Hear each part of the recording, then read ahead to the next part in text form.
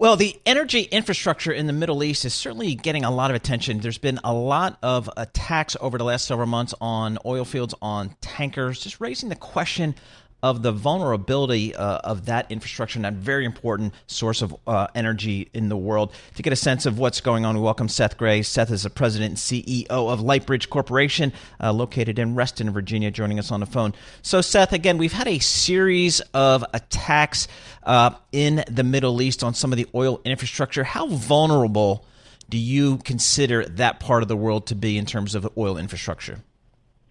Well, clearly it's vulnerable, which is very sad and very dangerous, as we see from the drone attacks on the Saudi oil fields, as we see on the attacks on the Iranian oil tanker. One of the programs we have going under the Department of Energy here in this country is to improve our grid resiliency so that we have power plants that can have fuel on site, and if the supply is cut off, they can run for months or even years. The greatest of which are the nuclear power plants, which have several years of fuel on site. So even if supplies are cut off, they could run for years. And in particular, as the U.S. is producing more oil domestically, the potential cutoffs in supply of oil really threaten our allies, including Japan and many others that are very dependent on Middle East oil. So, it's an issue for us and it's an issue for our allies. So, Seth, considering the fact that your company is a nuclear fuel technology company, it's not surprising that you'd say, look, it's so important to build that grid. But I'm wondering how secure the nuclear grid would be or could be, given the fact that clearly energy infrastructure is a very, very big target right now. Yeah. Well, the reactor sites themselves are very robust, very protected sites with many feet of concrete and steel protecting the facilities. And we are moving toward more local grids over time in this country, too, with small reactors, advanced technologies coming out, so that rather than just the giant interconnected electric grids that could be attacked, there could be smaller grids which provide a level of protection unto themselves. We're also starting to electrify the transportation sector with electric cars, with electric buses. There are a lot of projections that will increase the use of electricity by 50% in the United States in the next couple decades, and similarly around the world, which puts even more pressure on the electric grid and not having the source of energy cut off. So what we're seeing there is an opportunity for American innovation, not just for domestic markets, but for exports for this advanced technology that will produce no carbon as we do move to electrify the transportation sector in addition to the traditional electricity sectors. Seth, just give us a sense of kind of the state of nuclear energy in the United States. Are we adding plants? Are we taking plants offline? What's kind of the trend here, and how do you think that's going to play out? Well, we're pretty level at about 19% of our electricity from nuclear power. And we've closed some plants. We have 2 plants under construction in Georgia now.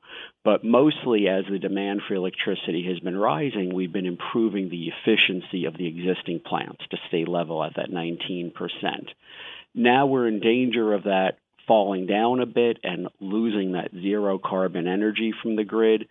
So we have companies like Lightbridge bringing new technologies that can better justify the economic case of keeping those plants open and building new plants.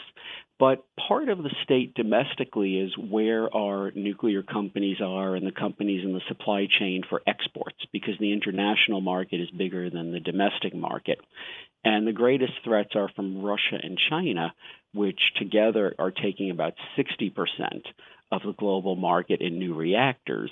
And they are doing that partly for strategic reasons, for their national security reasons, setting 100-year supply relationships with countries like Turkey, where Russia is selling reactors to. And that does not necessarily lead to good things in Turkey and other places where they're selling reactors.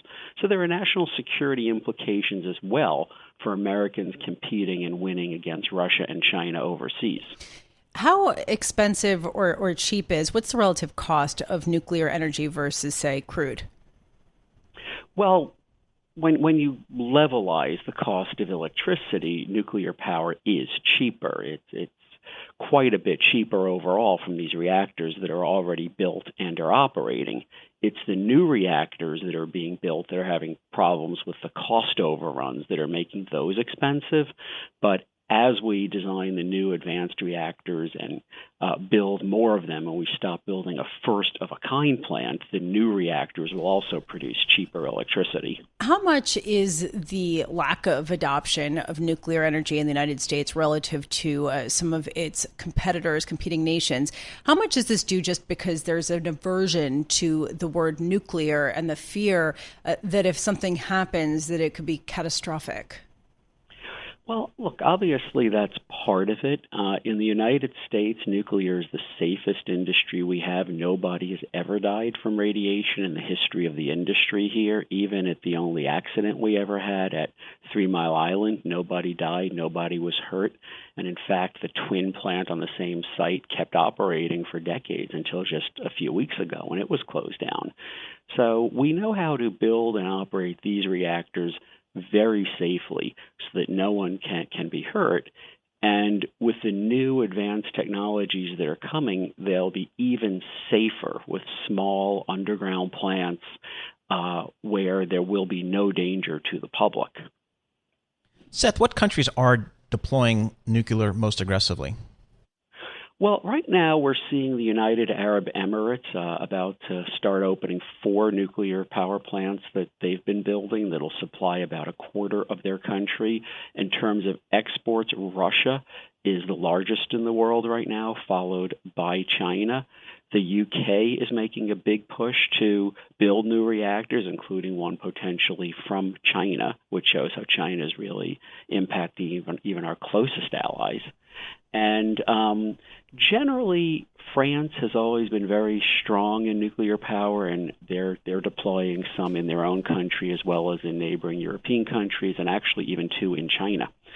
So those are the major markets right now, and for U.S. companies throughout the supply chains, lots of manufacturing companies, it's important that we keep pace and compete with them.